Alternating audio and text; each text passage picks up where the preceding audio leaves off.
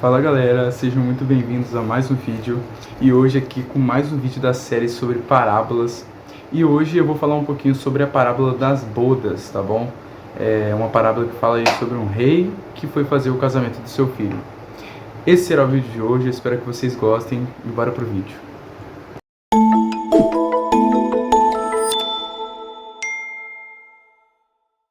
Sejam muito bem-vindos a mais um vídeo. Hoje eu vou falar um pouquinho sobre a parábola das bodas. E eu, mais uma vez, eu vou fazer como eu fiz da última vez, eu não vou ler, né, o capítulo completo, eu vou pegar e vou interpretar por temporariamente falando, né?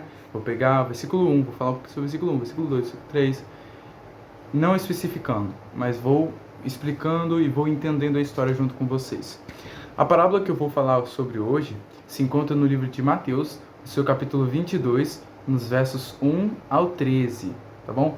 Olha só, a história descrita lá em Mateus 22, ela é bem famosa, né? Ela é uma parábola que ela se trata um pouco assim sobre a questão do evangelho, né? E sobre a questão da volta de Cristo, né? Sobre a questão de espalhar o amor de Deus, de levar o evangelho a todos os quatro cantos da terra. A história fala sobre um rei que ele fez o casamento do seu filho. A história diz que o rei, planejando fazer uma grande festa, ele chama os convidados, né? Provavelmente convidados que já estavam pré-dispostos, né? Que já eram pré-convidados, ele já tinha um plano de convidar essas pessoas para o casamento do seu filho, que ele realizaria. E aí então que ele convida essas pessoas, né, provavelmente pessoas de perto, provavelmente parentes, já herdeiros e coisas do tipo, para poderem participar deste casamento. Porém, os mesmos negam o convite e dizem que tinham obrigações a fazer, coisas mais importantes do que comparecer ao casamento de um amigo. E neste momento esse rei ele se enfurece. E ele se enfurece e manda que essas pessoas que rejeitaram as bodas sejam destruídas. Logo depois, Jesus apresenta em sua parábola um novo capítulo. Ele diz assim, ele diz que o rei, após esse extermínio dos homens maus, daqueles que rejeitaram o convite, ele manda que os seus servos vão até as saídas dos caminhos e ofereçam a eles a oportunidade de participarem da festa. Ou seja, se os meus amigos não quiseram participar da minha festa, sem convidado eu não vou ficar. Então ele vai atrás de pessoas, qualquer pessoa, e simplesmente os convida para participarem da festa. E aí então que os servos do rei vão às saídas dos caminhos e buscam todos aqueles que eles encontravam. E assim a festa se encheu de convidados. Logo depois, Jesus apresenta um novo acontecimento na história, que é descrita lá no livro de Mateus, no capítulo 22. Ele diz assim que, entre os convidados, todos, ou pelo menos quase todos, estavam vestidos de vestes nupciais. Vestes nupciais, para quem não sabe, eram roupas limpas e roupas adequadas para a situação. Roupas próprias para o evento. Neste momento, Jesus nos diz que um dos convidados estavam vestidos inapropriadamente para poder participar do casamento, para a ocasião. E aí, neste momento em que este convidado é constatado no meio da multidão, no meio dos convidados, ele é automaticamente indicado que se retire do local. E aí, eles retiram ele do local e eles o punem. Vamos lá, eu já leio essa passagem há um bom tempo e toda vez que eu leio essa passagem, várias interpretações me vêm à cabeça. Uma das interpretações mais clássicas que eu tenho está relacionado à história do povo de Israel e à história que Jesus nos conta. Jesus fala que o rei ele estava à procura de convidados, ele estava à procura de pessoas que pudessem participar dessa festa, já que os pré-convidados haviam rejeitado o convite de participarem dessa festa. Quando a gente analisa historicamente falando, a história de Israel e o relacionamento com a vinda de Jesus, né, a gente tem que Jesus, biblicamente, né, isso é bíblico, né, Jesus, ele foi a pedra de esquina angular que foi rejeitada pelos edificadores. Para quem não sabe essa expressão, o que essa expressão significa, ela fala sobre o fato de que Jesus, ele não veio simplesmente para os gentios, ele veio para Israel, ele veio para o povo da promessa. Porém, o povo que era dele o rejeitou. Inclusive, eu vou ver se eu deixo para vocês o versículo aí na legenda, né? Onde na Bíblia mesmo vocês acham, onde falando que Jesus veio para tal e pelo seu povo rejeitou. Nesse momento, a partir do momento em que o povo de Israel ele rejeita o amor de Cristo, rejeita a bondade de Cristo, a missão dele, ela passa a ser outra. Ela passa a ser a remissão dos pecados de todo o mundo. A partir desse momento, não é só o povo de Israel que tem direito a participar da salvação, mas também todo aquele que crer no Senhor Jesus. A palavra de Deus diz, o apóstolo Paulo disse ao homem que queria se converter: crê somente no Senhor Jesus, você e sua casa, e vocês serão salvos.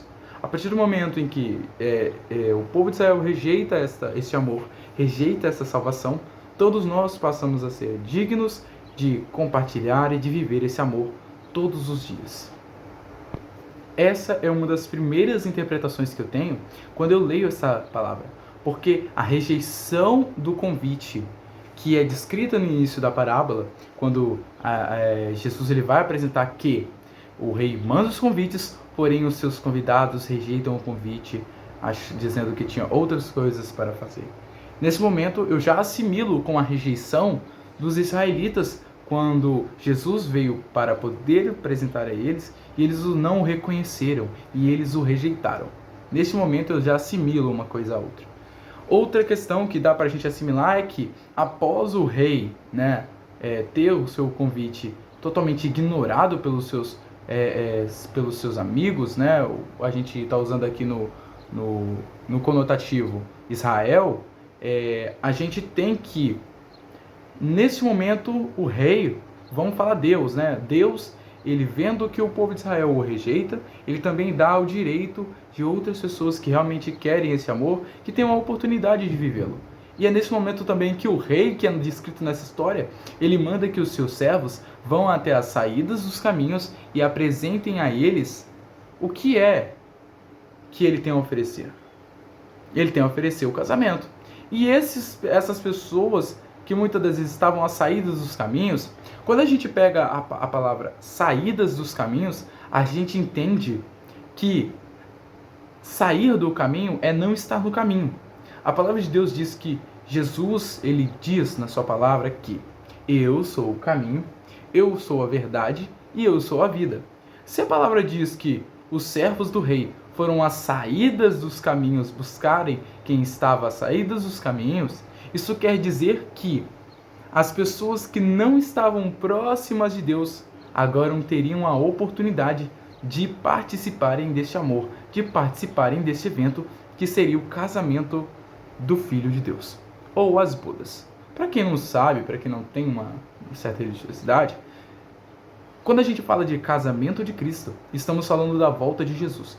A mesma que é descrita lá em Mateus 25, quando Jesus fala da parábola das 10 virgens, 5 prudentes e 5 virgens, né? 5 prudentes e 5 loucas. Quando Jesus fala do casamento, Jesus está falando do quê? Da volta dele. Jesus estava dizendo que quando ele voltasse, boa parte das pessoas estariam despreparadas para participarem deste evento. Da mesma forma, observando essas passagens, vocês veem que, além de estarmos muitas vezes preparados, podemos estar muitas das vezes indignos. E Jesus apresenta também aqui nessa palavra que existem pessoas que não estão dispostas a receberem esse amor e muitas das vezes o negam. E é justamente por isso que Deus nos deu a oportunidade de ver esse amor. Porque quando ele foi oferecer esse amor a outras pessoas, essas pessoas o negaram e o rejeitaram. Aprofundando um pouco mais essa parábola, a gente percebe que entre os que participaram da festa foi encontrado um que se achou indigno de participar daquela ocasião, daquele ambiente. Quando a gente fala de salvação, quando a gente fala de transformação, quando a gente fala de participar do reino de Deus, a gente fala de santidade. E quando a gente fala de roupa imprópria, de roupa suja, de manchas, a gente tem em mente que alguém está sem santidade, que alguém está em pecado. Quando a gente vê nessa parábola que Jesus descreve que as pessoas que estavam participando do evento, que estavam devidamente vestidas, apropriadamente vestidas para a ocasião, a gente tem que as pessoas que estavam presentes estavam vestidas com roupas limpas e estavam vestidas com roupas adequadas. Muitas das vezes você vai interpretar assim, mas roupas, o que isso tem a ver? Mas Jesus não estava falando simplesmente de roupas, ele estava falando da sinceridade, ele estava falando da santidade. Mas no meio, a gente tem uma parábola muito famosa na Bíblia que fala sobre o joio e o trigo. E é bom eu pegar essa questão de parábolas, porque as parábolas de Jesus, elas eram boas não simplesmente por serem geniais, mas porque todas as parábolas de Jesus estão interligadas de certa forma. Então, a gente pega, por exemplo, a parábola do joio e do trigo, a gente vê mais uma parábola que fala sobre a questão da separação. A separação entre o ímpio e o justo, entre o profano e o correto. Quando Jesus estava falando de roupas limpas e roupas sujas, ele estava falando de pessoas que são sinceras, de que são santas, e pessoas que não vivem uma vida verdadeira, que vivem uma vida de mentiras, de falsidades e apenas de aparência.